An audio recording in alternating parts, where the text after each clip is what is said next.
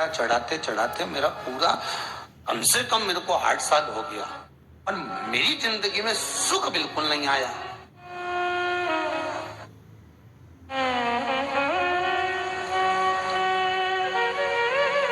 हमने कहा तूने कैसे चढ़ाया, वो भी तो सुने। तो क्या कैसे, क्या स्नान करा और मंदिर जाके लोटा चढ़ाया पानी का। अब मैंने कहा तू चुप रहे। उसके पति, यहीं की इसी ऑफिस की बात है, भवन मंडी से, उसके पति से पूछा, हाँ जी वर्मा जी सही बताओ पत्नी लोटा कैसे चढ़ाई।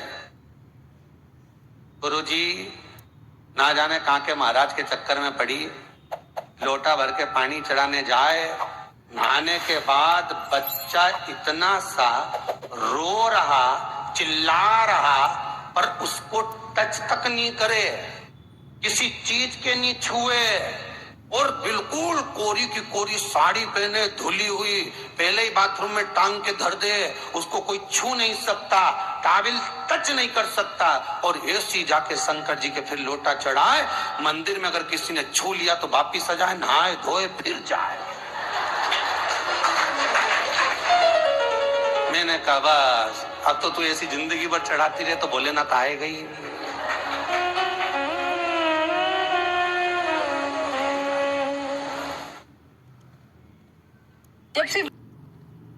सत्य बोलो रे मिलेगा। कई लोगों ने पूछा शंकर को रिझाने के लिए कौन से कलर के कपड़े पहने कि शिव राजी हो जाए। शंकर को पाने के लिए कपड़ा बदलने की जरूरत नहीं होती, शंकर को पाने के लिए कलेजा बदलने की जरूरत होती है, शंकर मिल जाता है। कपड़े से शिव कभी नहीं मिला साहब। आप कौन से कलर के कपड़े पहन रहे हो, ये शिव प्राप्त नहीं करोगे हो। सफेद पहन लिए, लाल पहन लिए, केसर के पहन लिया, उससे शंकर नहीं मिल रहा हो।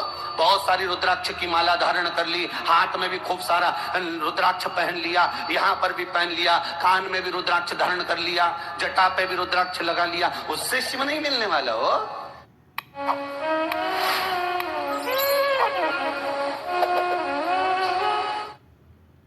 अरे भाई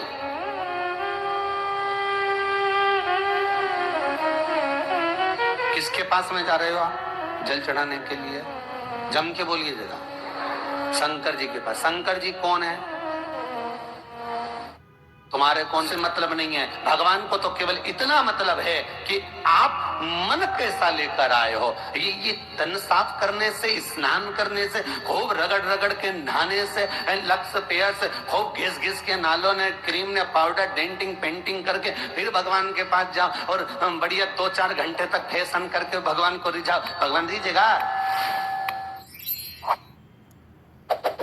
अरे गर्ग संहिता में लिखा है कि शंकर को एक बार प्रणाम करने का फल क्या है कि 10 अश्वमेध यज्ञ के स्नान का जो फल होता है वो मात्र शंकर को प्रणाम करने से मिल जाता है। कितना? 10 अश्वमेध यज्ञ के स्नान का जो फल है शंकर को मात्र प्रणाम करने से मिल जाता है। पर गर्ग संहिता कहती है कि 10 अश्वमेध यज्ञ के स्नान के बाद भी मनुष्य का जन्म वापिस मिल सकता है। मतलब वापिस तुम्हारा जन्म हो सकता है, किसी भी रूप में हो जन्म हो सकता है। पर शिव पुराण कहती है, गर्ग संहिता कहती है, स्कंद पुराण कहती है, नर्मदा पुराण कहती है कि महाराज इतना जरूर है कि शिव को प्रणाम करने का फल उतना है कि 10 अश्वमेध यज्ञ के स्नान का फल मिल जाता है।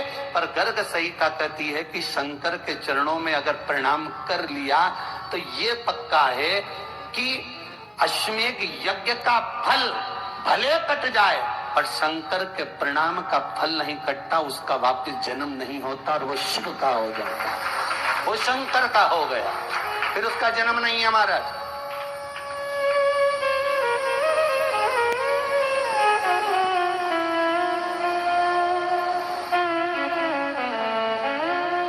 पति से कहा हाथ धो, स्नान कर लो जल्दी से, फिर अपन को चलना है मंदिर। पति बोला नहा लिया एक बार तो दूसरी बार फिर से नहा लो।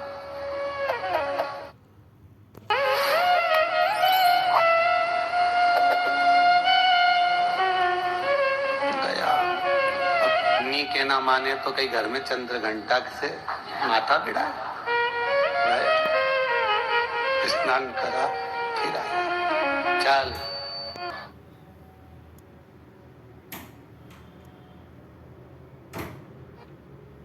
अलंगी तो है,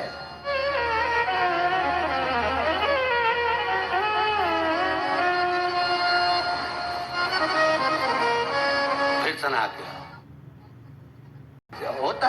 एक सास बेचारी मायके जाना था, मौसी की यहाँ शादी थी। अब उसने बहू से कहा बेटा मेरे को जाना है, अपने घर में छोटे से लड्डू गोपाल, उनकी सेवा है, तू एक काम कर कि तू सेवा कर लेगी क्या? आओ मम्मी, उसमें क्या है, करना क्या है तुम बताओ। बस सुबह से 3 बार ताली बजाना, भगवान को उठाना, पात्र में रख के नहलाना, उनको पोंछना, कपड़े पहना देना, इत्र लगा देना, चंदन लगा देना, मुकुट लगा देना, सुंदर अलकावली सब पहनाने के बाद में भगवान को दर्पण दिखाना। जब भगवान को कांच दिखाए, दर्पण दिखाए, भगवान मुस्कुरा दे, तब भगवान को भोग लगा देना। हाओ मम्मी, इतना तो मैं करूंगी, और बाद में भगवान को वापिस सुला देना। हाओ, इतना सा कर लूंगी। सास बिचारी कह के चली गई। अब बहू सुबह से उठ के 3 बार ताली बजाई, भगवान को उठाया, बिठाया, नहवाया, तैयार कर दिया। तैयार करके जो दर्पण दिखाया तो भगवान तो मुस्कुराया ही नहीं। अब इसको कौन समझाए कि पीतल की मूर्ति कोई हंसे है? और उसने तो विचार करा कि सास कह के गई भगवान जब मुस्कुरा दे तो उनको तो कोई मुस्कुराए नहीं, ये दर्पण दिखा। इसको लगा कि मेरी सेवा में कोई कमी रह गई। इसने भगवान का कपड़ा वपड़ा वापिस उतारा, इनको वापिस रजाई में सुला दिया।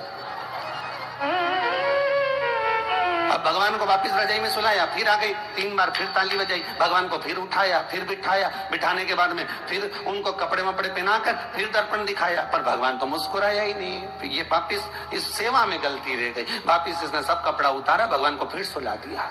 सुबह 8 बजे से नहवा रही, कपड़े पहना रही और सुला रही। 1 बज गई,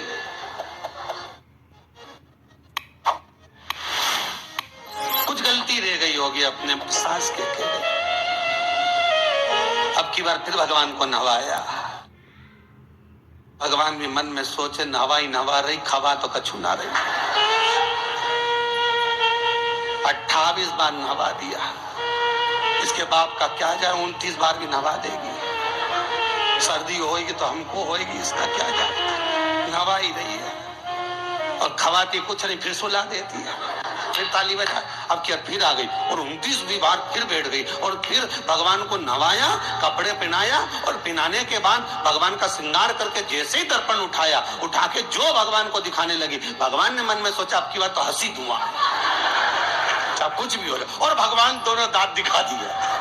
जैसे ही भगवान ने दांत दिखाया, इसने दर्पण रखा और जल्दी से भोग लाई, भगवान के जिमाया। भगवान के जिमाया, जिमने के बाद भगवान को फिर वापस सुला दिया। अब ये सुबह से जैसे ही आए तो भगवान पहले ही मुस्कुरा के, क्योंकि भगवान को मालूम है नवाएगी 25 बार का मतलब उससे हंसी तो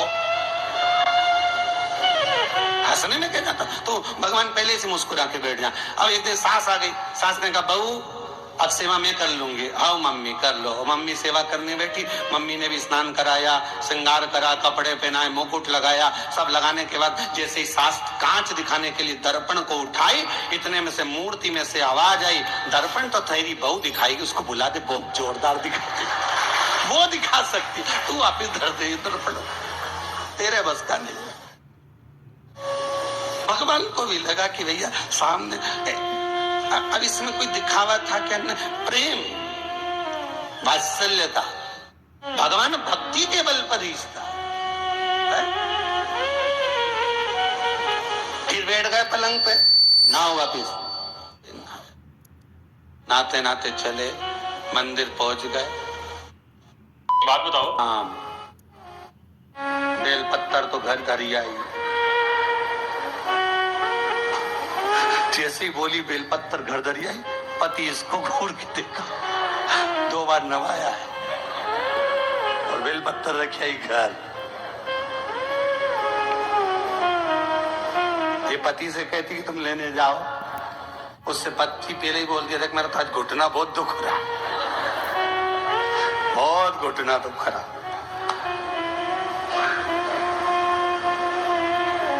ठीक है, तुम बैठो, मैं आई अभी घर से।